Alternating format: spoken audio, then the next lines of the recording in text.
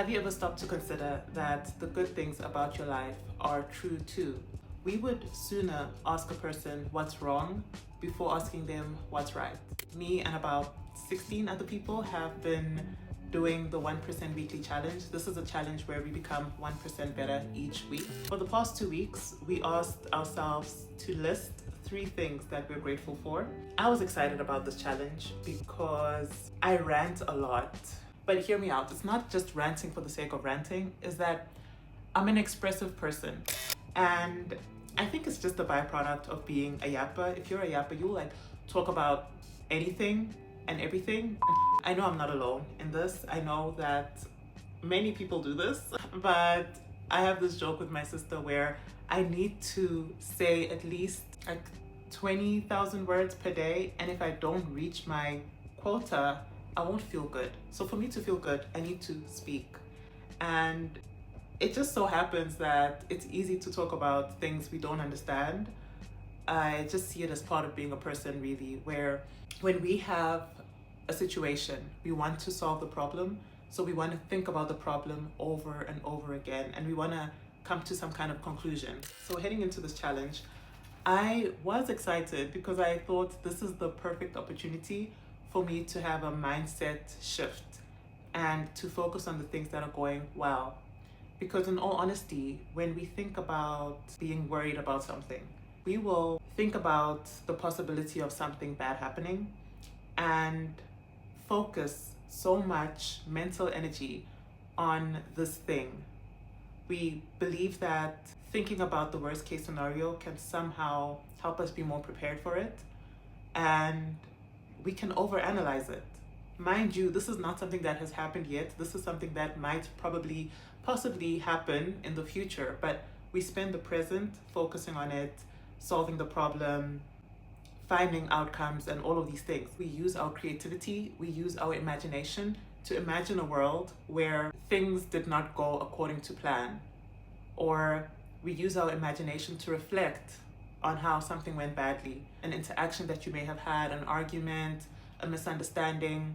How much time have you spent in your mind rehearsing something that has happened and how you could have responded better, and what this means about the other person or what this means about yourself?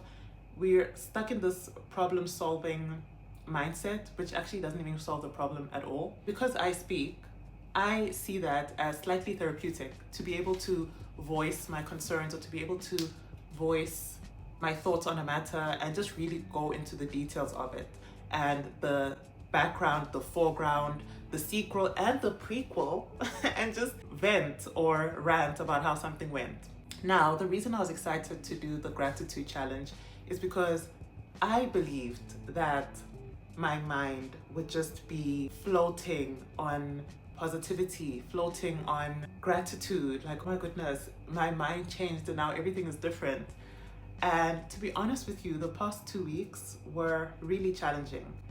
In fact, the 2 weeks of doing gratitude had more circumstances that would be harder than the 2 weeks before. When I would wake up in the morning and list 3 things I'm grateful for, I had to firstly dig deeper. I had to dig deeper because it didn't feel obvious. There weren't a lot of positive circumstances surrounding me. Possibly they were, but I was not aware of it because they were much more pressing matters that I had to focus on. So I had to search and look for something to be grateful for. Part of the challenge was being grateful for something different every day, so you try not to repeat it. And for me, that meant looking back at the previous day and looking for what made the day feel a little bit special. So the challenge was about learning to reverse the automatic patterns of thinking that we have. So instead of segueing to the worst possible case, looking at the problem or finding all the things that are wrong, the challenge was meant to help us to reframe circumstances, having a more aerial view, because we have tunnel vision if we only look at the negative, and that's typically our default. So being able to take a step back and realize that life can be hard, that's true, but that's not the whole story. And the goal was for us to overanalyze, overthink, hyper fixate on the things that are going well as well. So just giving ourselves a little mental challenge with not just identifying all the things that are going well, like I'm grateful for this meal, or I'm grateful for I have everything I'm grateful for in the journal, but let me think. Today I wrote, it's my sister's birthday, shouts out to her, happy birthday Feza. I'm grateful for her, and I had to really go in depth into what that means to me. So it's not just like, I'm glad I have family, but name the family that you have and name the ways in which they impact you, the ways in which they add value to your life. And since we like to imagine the worst case scenario, imagine how different your life would have turned out if that person was not there playing the role that they play.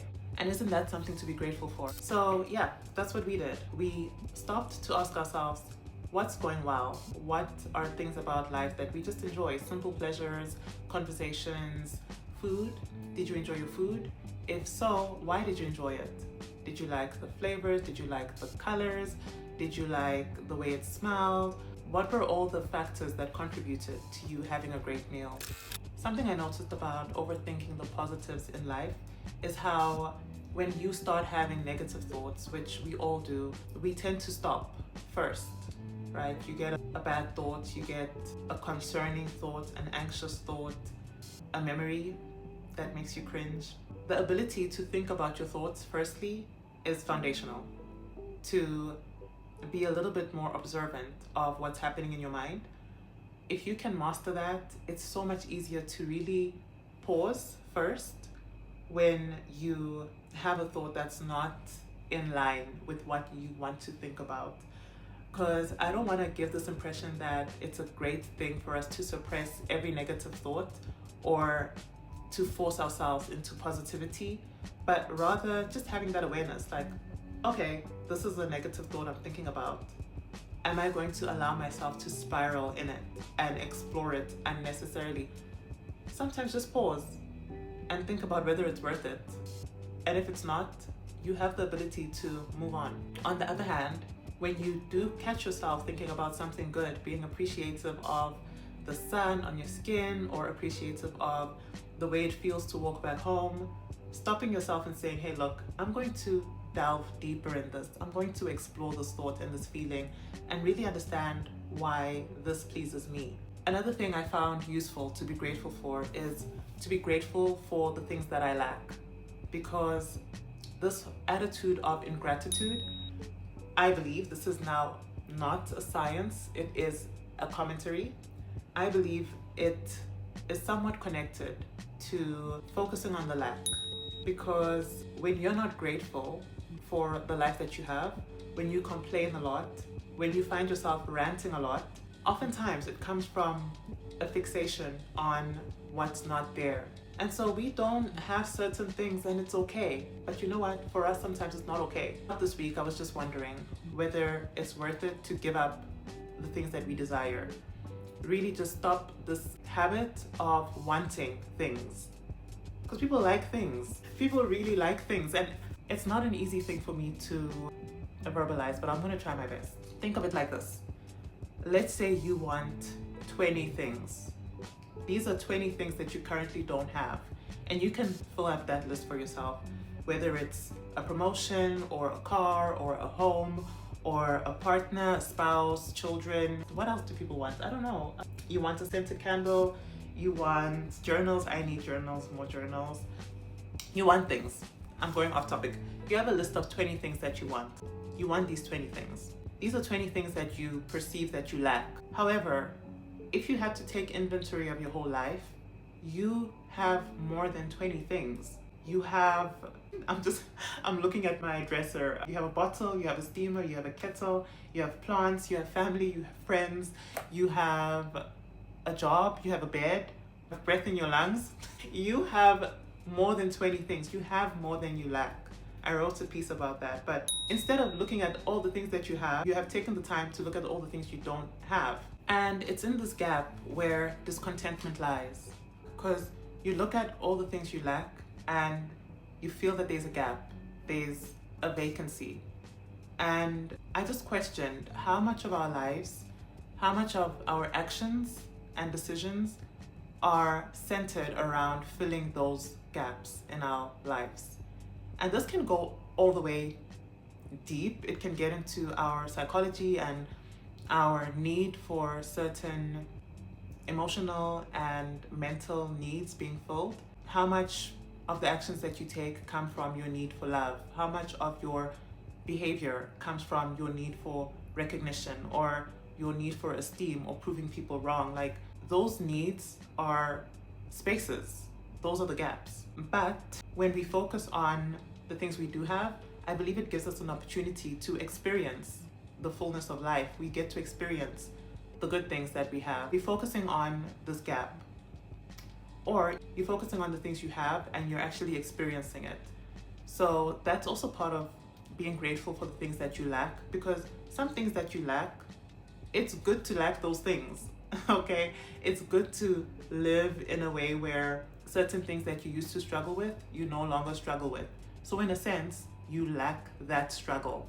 Or I often think about pain. Sometimes people face health issues where there's some kind of pain in the body. Maybe they've had an injury or they've had an accident, or like fibromyalgia. Sometimes people have health issues that cause a lot of pain. Again, this is not to say that you have to compare yourself to others. Sometimes we never stop to think about the things that we don't have.